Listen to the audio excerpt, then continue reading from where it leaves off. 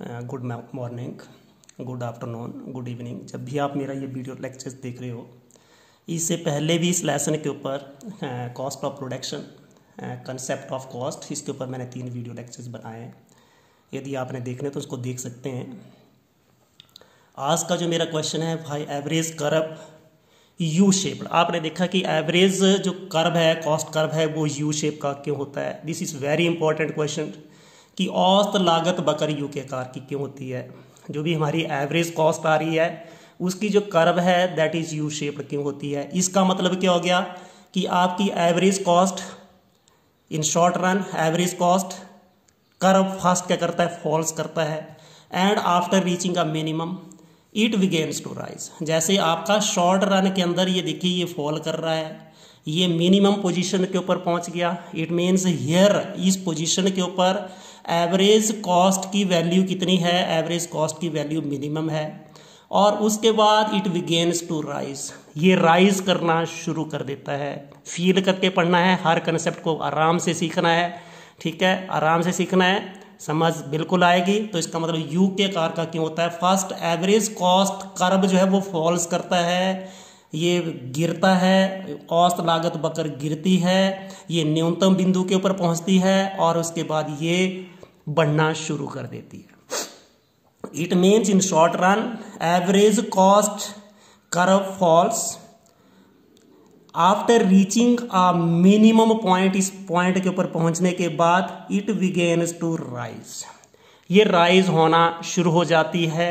ये क्यों होता है इसके बारे में आज हम पढ़ेंगे कि एवरेज कॉस्ट कर्व पहले फॉल कर रही है, मिनिमम पॉइंट के ऊपर, न्यूनतम बिंदु के ऊपर पहुंच रही है और उसके बाद ये बढ़ना शुरू कर देती है।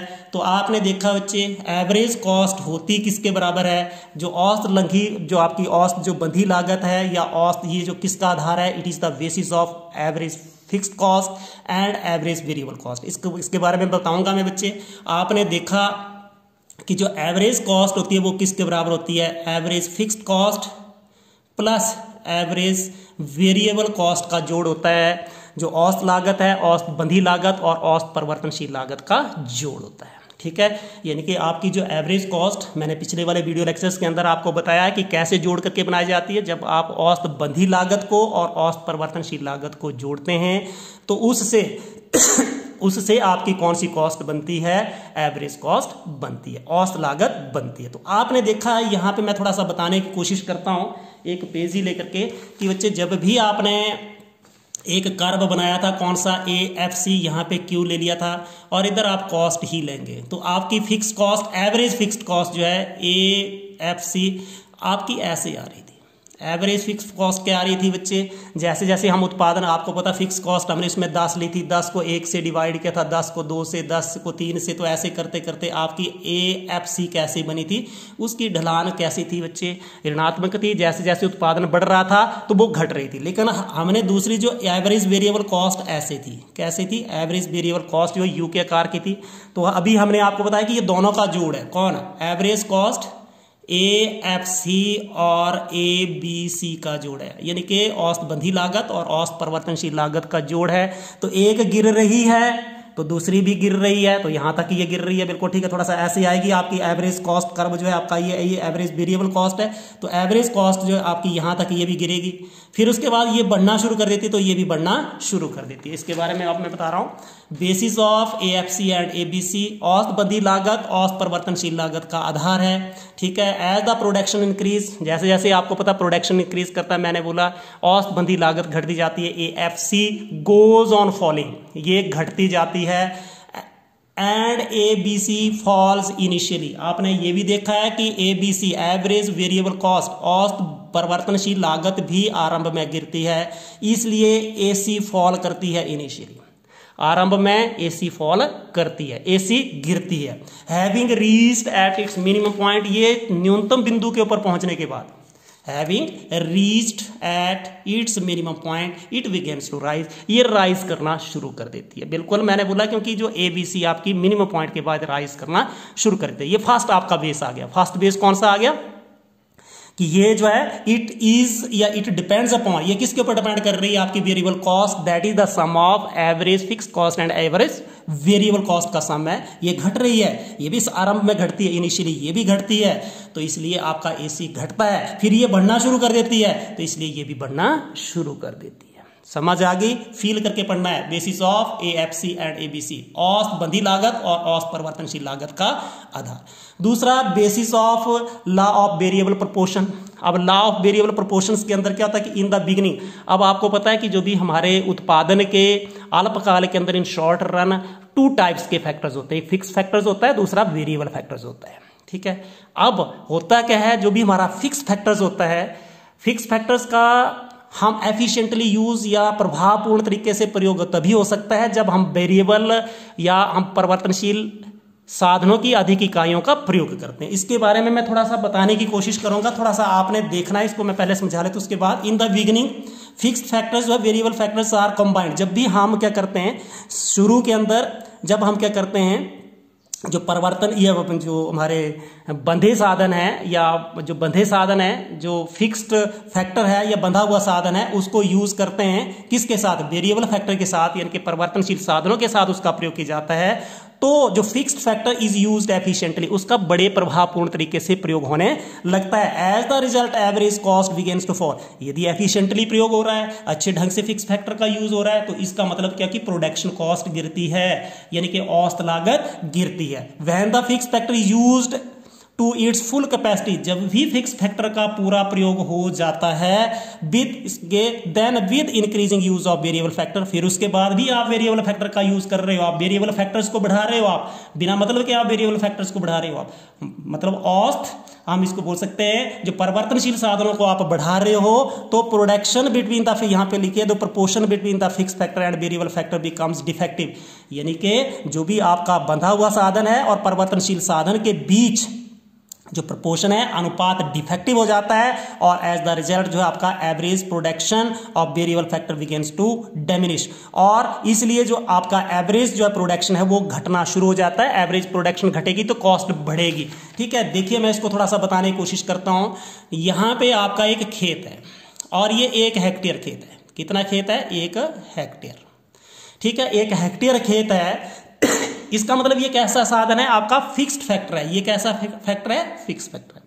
अब जब आपने यहाँ पे सिर्फ एक आदमी आप लगा रहे हो, एक जो आप लेबरर इसके ऊपर लगा रहे हो काम करें, तो इसका एफिशिएंटली यूज नहीं करेगा, पूरा प्रभावपूर्ण तरीके से इसका प्रयोग नहीं होगा। 2 लगाए तो इसका प्रोडक्शन बढ़नी शुरू हो जाएगी, 3 लगाए प्रोडक्शन बढ़नी शुरू हो जाएगी, 4 लगाए, 5 लगाए, 6 लगाए, आपने 6 फैक्टर्स, ये आपका जो लेबर है, लेबर कैसा फैक्टर है? वेरिएबल फैक्टर है, यानी कि परिवर्तनशील साधन है। परिवर्तनशील साधन अधिक लगा रहे हो, आप श्रमिकों को लगा रहे हो। अब यहाँ पे मान लीजिए 6 इकाइयां हम इसकी लगाने के बाद फैक्टर्स की या परिवर्तनशील साधन की हम 6 इकाइयों का प्रयोग कर रहे हैं, तो इस खेत का पूर्ण प्रयोग होना शुरू हो गया है। तो अब आपका क्या होगी, यहाँ इस केस के अंदर आपकी एवरेज कॉस्ट गिरेगी, मतलब प्रोडक्शन कॉस्ट घटेगी, क्योंकि बड़े अच्छे ढंग से काम कर रहे हैं। उसके बाद जब भी इसका पूर्ण प्रयोग हो जाता है, उसके बाद भी हम लेबर बढ़ाते हैं, तो इनको हम वेजेस देने पड़ेगी, इनको हमें सैलरी देनी पड़ेगी। तो जैसे उसके बाद जब भी इसका पूर्ण प्रयोग शुरू हो जाता है, जब भी हमारा जो फिक्स फैक्टर है उसको एफिशिएंटली यूज हो जाता है, उसका पूर्ण कंप्लीट यूज हो जाता है, उसके बाद भी हम जो वेरिएबल फैक्टर्स को या परिवर्तनशील साधनों को बढ़ा रहे हैं, तो यहाँ पे लेबर खर्च पड़ेगा बट प्रोडक्शन नहीं बढ़ेगी। हो सकता है प्रोडक्शन घट जाए, यहाँ पे भीड़ भाड़ इकट्ठी हो जाए, मिसमैनेजमेंट हो जाए, तो ये घट सकता है। इसलिए ये होता है कि basis of law of variable proportion, जैसे जैसे हम क्या करते हैं बच्चे, जो बंधे हुए साधन के साथ, जो फिक्स्ड फैक्टर्स के साथ वेरिएबल फैक्टर्स यानी कि परिवर्तनशील साधन की अधिक इकाइयों का प्रयोग करते हैं, तो उसका एफिशिएंटली यूज होना शुरू हो जाता है। तो स्टार्टिंग के अंदर in the begins average cost falls, average cost वो फॉल्स करती है।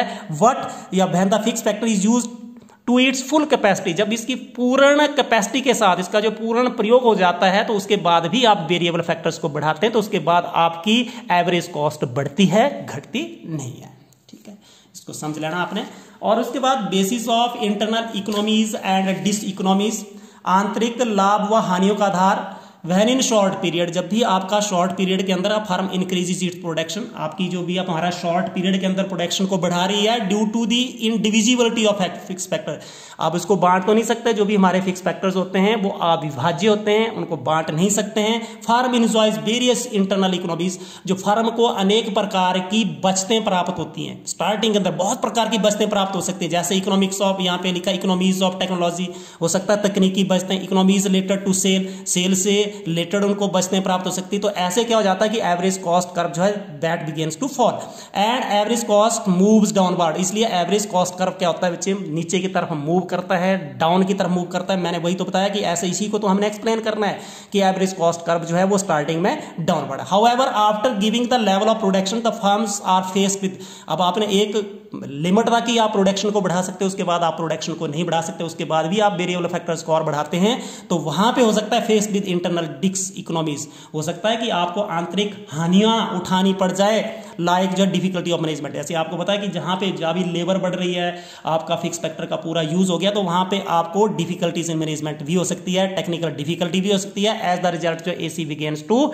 इंक्रीज। इसलिए क्या हो सकता है कि जो आपकी औसत कर्व है या औसत जो लागत है वो क्या आप बिगिंस टू राइज, ये बढ़ना शुरू हो सकती है। इसलिए आपका जो एवरेज कॉस्ट कर्व है दैट मूव्स अपवर्ड। ठीक है, तो ये कारण है, 3 कारण हैं, आपने तीनों कारणों को स्टडी करना है कि जो आपका your average cost curve that is why that is U shaped. तो पहला मैंने बताया कि बेसिस ऑफ कौन सा है, basis of AFC and ABC, average या बंधी लागत और औसत परिवर्तनशील लागत का आधार, ये उसका जोड़ है। जोड़ने पे जैसा वो उनके अंदर ट्रेंड चला हुआ है वैसा ही ये ट्रेंड इसके अंदर भी चलेगा, क्योंकि एएफसी घटती है, एबीसी क्योंकि एबीसी भी घटती है इसलिए ये भी घटेगी, वो बढ़ती है तो ये भी बढ़ेगी। तो आपने इन तीनों को याद कर लेना। Basis of law of variable proportion, variable proportion का मतलब मैं बताना चाहूंगा, जैसे फिक्स फैक्टर 1 था, आपने लेबर 1 लगाई तो 1 होगा, ये 2 तो 1 2 हो गया, अब आपने लेबर 2 यूज कर ली, आपका लैंड तो 1 है, फिक्स फैक्टर तो 1 है, ये 3 कर दिया, ये 4 कर दिया, 1 5 कर दिया, ये 6 कर दिया। हो सकता है कि यहां पे इसका एफिशिएंटली यूज होना शुरू हो गया है, क्या मतलब प्रभावपूर्ण तरीके से इसका प्रयोग होना या हो गया है किसका, इसके बंधे हुए साधन का। तो उसके बाद आप उत्पादन को नहीं बढ़ा सकते, उसके बाद भी आप इसको बढ़ाएंगे तो आपका उत्पादन बढ़ने की बजाय घटेगा, और घटेगा तो आपकी एवरेज कॉस्ट बढ़ेगी, उत्पादन लागत बढ़ेगी। ठीक है, ये आपने इसको तीनों को करना है। उसके बाद एक और क्वेश्चन है, बिल्कुल छोटा जैसा क्वेश्चन है, प्राइवेट एंड सोशल कॉस्ट क्या होती है, निजी व सामाजिक लागत से आप क्या समझते हैं। निजी लागत क्या होती है बच्चे, कोई भी फर्म है वो क्या कर रही है, किसी वस्तु का उत्पादन कर रही है, उत्पादन करते समय उसके कच्चे माल के ऊपर भी खर्च करना पड़ सकता है, लेबर के ऊपर भी हो सकता है, मकान का किराया भी देना पड़ जाए, लाइसेंस फीस जो भी है वो खर्च करता है, उसको प्राइवेट कॉस्ट बोलते हैं, that is called private cost. Private cost is the cost incurred by the individual firm for producing of commodity. कोई भी इंडिविजुअल फर्म है, कोई भी निजी कंपनी है, निजी फर्म है, वो किसी भी कमोडिटी का उत्पादन कर रही है तो उसको जो धन खर्च करना पड़ता है उसको प्राइवेट कॉस्ट बोलते हैं। जैसे एक एग्जांपल दिया है कि for example expenses incurred by the textile mill. एक टेक्सटाइल मिल है, टेक्सटाइल मिल आपको पता वो मिल होती है जो कपड़े बनाती है, ठीक है, ऑन परचेज ऑफ। अब उस टेक्सटाइल मिल को रॉ मटेरियल भी खरीदना पड़ेगा, मजदूरी भी देनी पड़ेगी, रेंट भी देना पड़ेगा, इलेक्ट्रिकल चार्जेस भी देने पड़ेंगे टू मैन्युफैक्चर क्लॉथ। क्लॉथ बनाने के लिए ये जो भी ये खर्च करेगी दिस फर्म, उसको हम बोलेंगे प्राइवेट कॉस्ट। उसको क्या बोलेंगे, प्राइवेट कॉस्ट, निजी लागत। लेकिन अब हमारा जो सामाजिक लागत है ये तो बिल्कुल आसान है, जो प्राइवेट कॉस्ट क्या होती है, लेकिन सामाजिक लागत क्या होती है, social cost is the cost incurred by the whole society for producing a commodity. लेकिन क्या हुआ है कि एक वस्तु का उत्पादन हो रहा है, क्या हो रहा है, सामाजिक लागत में एक वस्तु का उत्पादन हो रहा है, लेकिन उसकी लागत पूरे समाज को चुकानी पड़ेगी, उसकी लागत पूरे समाज को वहन करनी पड़ेगी। वो क्या रीजन है, जैसे मान लीजिए फॉर एग्जांपल आपकी क्या है, during the process of manufacturing the cloth, जब भी आप क्या कर रहे हैं, कपड़े का उत्पादन कर रहे हैं या ईंटों का उत्पादन कर रहे हैं, जो भी हमारी जो प्रोडक्शंस होती है, प्रोडक्शंस के अंदर क्या होता है, जैसे जो smoke emitting from the chimney, chimney से जो धुआं निकल रहा है, चिमनी से धुआं निकलता है, ईंटे के भट्ठे लगाते हैं, वहां से भी चिमनियों से धुआं निकलता है, मिल्स स्पॉइल्स क्लॉथ बॉर्न, जो भी अब आपका धुआं निकलेगा हमारे वातावरण के अंदर क्या हो जाएगा, there will be the pollution हो जाएगा, तो हमारे कपड़े भी जल्दी गंदे, क्योंकि हवा गंदी है हमारे कपड़े भी गंदे हो जाएंगे। इसलिए so the people have to spend more money on laundry. ठीक है, ये लॉन्ड्री के ऊपर ज्यादा खर्च करना पड़ेगा, कपड़ों की धुलाई के ऊपर ज्यादा खर्च करना पड़ेगा। ठीक है, कपड़ों की ज्यादा खर्च करना पड़ेगा। और उसके बाद ये भी हो सकता है कि दे हैव टू, यहाँ पे जब भी एयर पोल्यूशन होगा, ठीक है, due to the air pollution people have to spend more money on health के ऊपर भी उनको ज्यादा पैसा खर्च करना पड़ेगा। ठीक है, ये तो है बिल्कुल। जहां पे भी जो मिल्स लगी होती है जहां पे एयर पोल्यूशन होता है, एयर पोल्यूशन होने से क्या होता है, जब भी एयर पोल्यूशन होता है तो वहां पे लोगों की हेल्थ खराब रहती है, उनको मोर जो अपनी हेल्थ के ऊपर ज्यादा पैसे खर्च करने पड़ते हैं। इसको हम सामाजिक लागत बोलते हैं। सामाजिक लागत क्या हो रही है, वस्तु का उत्पादन तो कोई फर्म कर रही है, लेकिन उसकी लागत जो है वो दैट इज जो है incurred by whole the society, incurred by whole the society। social cost is the cost incurred by the whole society for purchasing a commodity। एक commodity की producing a commodity, एक वस्तु पैदा हो रही है, एक वस्तु का उत्पादन हो रहा है, but the cost of production, जो भी आपकी cost है, ये social cost the cost that is incurred by whole the society for producing a commodity। जैसे मैंने आपको बताया, यहाँ पे एक बताया कि ये आपकी कपड़े की एक मिल है, कपड़े की मिल में कपड़ा बन रहा है, लेकिन वहां से चिमनियों से धुआं निकल रहा है, ईंट के भट्ठे में ईंट बन रही है, ईंट के भट्ठे से धुआं निकल रहा है, और भी बहुत सारी इंडस्ट्रीज आपने देखी है। ठीक है, तो वहां पे क्या होता है, एयर की भी पोल्यूशन हो रही है, कपड़े गंदे हो रहे हैं, सफाई के ऊपर ज्यादा खर्च करना पड़ रहा है। वैसे ही आपको पता है, जैसे हम बोलेंगे जो उनकी हेल्थ है, क्योंकि आपको हिल स्टेशन के अंदर जहाँ पे हवा बिल्कुल साफ है, वहां पे आपकी हेल्थ हैजर्ड्स बहुत कम होगी, यानी कि हेल्थ संबंधित, यानी कि हेल्थ से संबंधित, स्वास्थ्य संबंधित जो भी बीमारियां वो बहुत कम होंगी। लेकिन जो भी जहाँ पे ये फैक्ट्रीज हैं वहां पे उनको अपनी हेल्थ के ऊपर अधिक रुपए खर्च करने पड़ेंगे। This is the social cost. ठीक है, this is called social cost. अब मैंने 2-3 क्वेश्चन करवाने हैं, आपने इनको ध्यानपूर्वक देखना है। कंप्लीट द टेबल, टेबल को कैसे कंप्लीट करना है, ये क्यू दिया है, क्यू मतलब उत्पादन की इकाइयां, एसी क्या होता है आपको पता है, एवरेज कॉस्ट। एवरेज कॉस्ट का मतलब औसत लागत। अब ये टोटल कॉस्ट और एमसी हमने निकालनी है बच्चे। तो एवरेज कॉस्ट का मतलब होता है कि एक इकाई की कीमत 100 है, तो 100 यहां पे टोटल कॉस्ट कितनी बन जाएगी, 100। अब एवरेज कॉस्ट, एक इकाई की कॉस्ट कितनी है, एक इकाई पर यूनिट कॉस्ट कितनी है 90, लेकिन आपकी इकाइयां कितनी है 2, तो ये कितना हो जाएगा 180, ये कितना हो जाएगा 240। आप समझ आ गई, ये कितना हो गया 280, और ये कितना हो गया ये, ठीक है, 8 × 48, 9 × 63, और ये 800। अब आप क्या करते हैं, मान लीजिए एक पेन की कीमत हम बोलते हैं 10 रुपए, यदि मैंने 11 पेन खरीदे तो उसकी कॉस्ट कितनी हो जाएगी, 11 पेन खरीदिए तो 11 × 10 तो कितना हो जाएगा 110। ये जो 10 रुपए है ये एवरेज कॉस्ट है। एवरेज कॉस्ट का मतलब पर यूनिट कॉस्ट, एक इकाई की कीमत। और जब हमने टोटल कॉस्ट निकालनी है, टोटल कॉस्ट हम इकाइयों को एवरेज कॉस्ट से, औसत लागत से गुणा करके हम जो उसको निकाल सकते हैं। जैसे 5 इकाइयां थी, एक की कीमत 70 थी, तो इसकी कीमत कितनी होगी 350। अब हमने मार्जिनल कॉस्ट निकालना। मार्जिनल कॉस्ट तो बिल्कुल पता है आपको, कैसे निकालते हैं, TCN-1। अब इसके पीछे तो कोई भी नहीं है, ये तो 100 का 100 आएगा, एक इकाई की कीमत 100 तो 100 आई।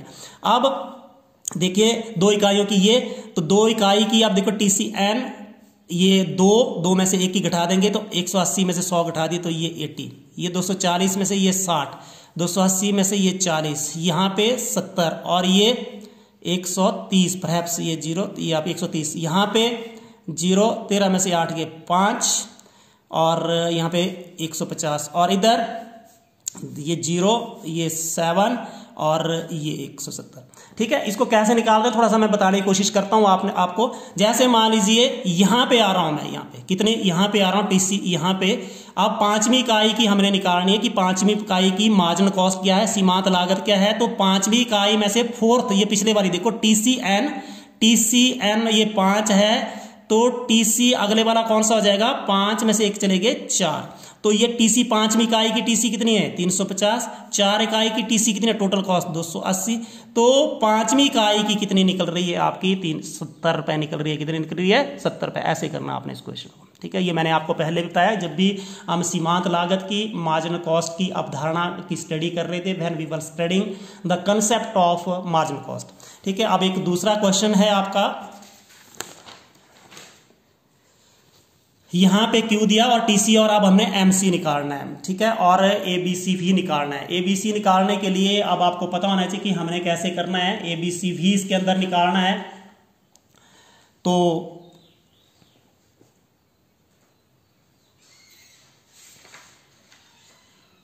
हाँ, ये 60 140। अब देखिए बच्चे, यहां से आपको देखने से लग रहा है उत्पादन नहीं भी हो रहा है तो आपकी कॉस्ट कितनी आ रही है, 60 आ रही है। आप उत्पादन नहीं भी कर रहे तो अभी कितनी आ रही है, 60। इसका मतलब क्या है कि ये बंधी लागत है, फिक्स्ड कॉस्ट है। तो यहाँ पे फिक्स्ड कॉस्ट कितनी आ गई, 60। तो ये फिक्स्ड कॉस्ट हम 60 लिख सकते हैं। और वो आपको पता है फिक्स्ड कॉस्ट कौन सी कॉस्ट होती है, वो कॉस्ट होती है, वह लागत होती है जो उत्पादन की मात्रा के साथ परिवर्तित नहीं होती है, शून्य है अधिकतम, वह फिक्स रहती है। ये तो हो गया आपका। अब एमसी तो हम निकाल सकते हैं। एमसी कैसे निकालते हैं, ये देखिए 60 के पीछे कुछ भी नहीं है, 140 में से 80, 140 में से देखिए वही आ रहा है कि अगले में से इसको घटाते जाना, टोटल कॉस्ट से ही इसका अनुमान लगाते हैं। ये इसके बराबर होता है TCN, अभी भी हम कर रहे थे TCN -1। 140 में से 60 चले गए, ये कितने आ गए 80। 190 में से 140 50, ये 240 में से इधर भी 50 और इधर कितना आ गया आपका 60, ठीक है। ये तो निकल गई आपकी एमसी। अब एवरेज, अब आपने वीसी निकालनी है, एवरेज वेरिएबल कॉस्ट में। तो हमें सबसे पहले वेरिएबल कॉस्ट चाहिए। वेरिएबल कॉस्ट कैसे निकालेंगे आप, टोटल कॉस्ट में से फिक्स्ड कॉस्ट को घटाते जाएंगे। टोटल कॉस्ट में से, क्योंकि जो आपकी कौन सी टोटल कॉस्ट किसके बराबर होती है, देखिए टोटल कॉस्ट निकलती है fixed cost plus variable cost. अब हमने निकालनी है वेरिएबल कॉस्ट, तो वो किसके बराबर हो जाएगी, टोटल कॉस्ट में से फिक्स्ड कॉस्ट को घटा देंगे, ठीक है। टोटल कॉस्ट में से फिक्स्ड कॉस्ट को घटा देंगे। टोटल कॉस्ट तो टोटल आ रही है, ठीक है। किसका जोड़ है वो, फिक्स्ड कॉस्ट और वेरिएबल कॉस्ट का। तो 60 में से 60 चले गए 0, इधर 140 में से 60 गए 80, इधर 190 में से 60 चले गए कितने आ गए 130, और इधर 180, और इधर कितने हो जाएंगे आपके 240।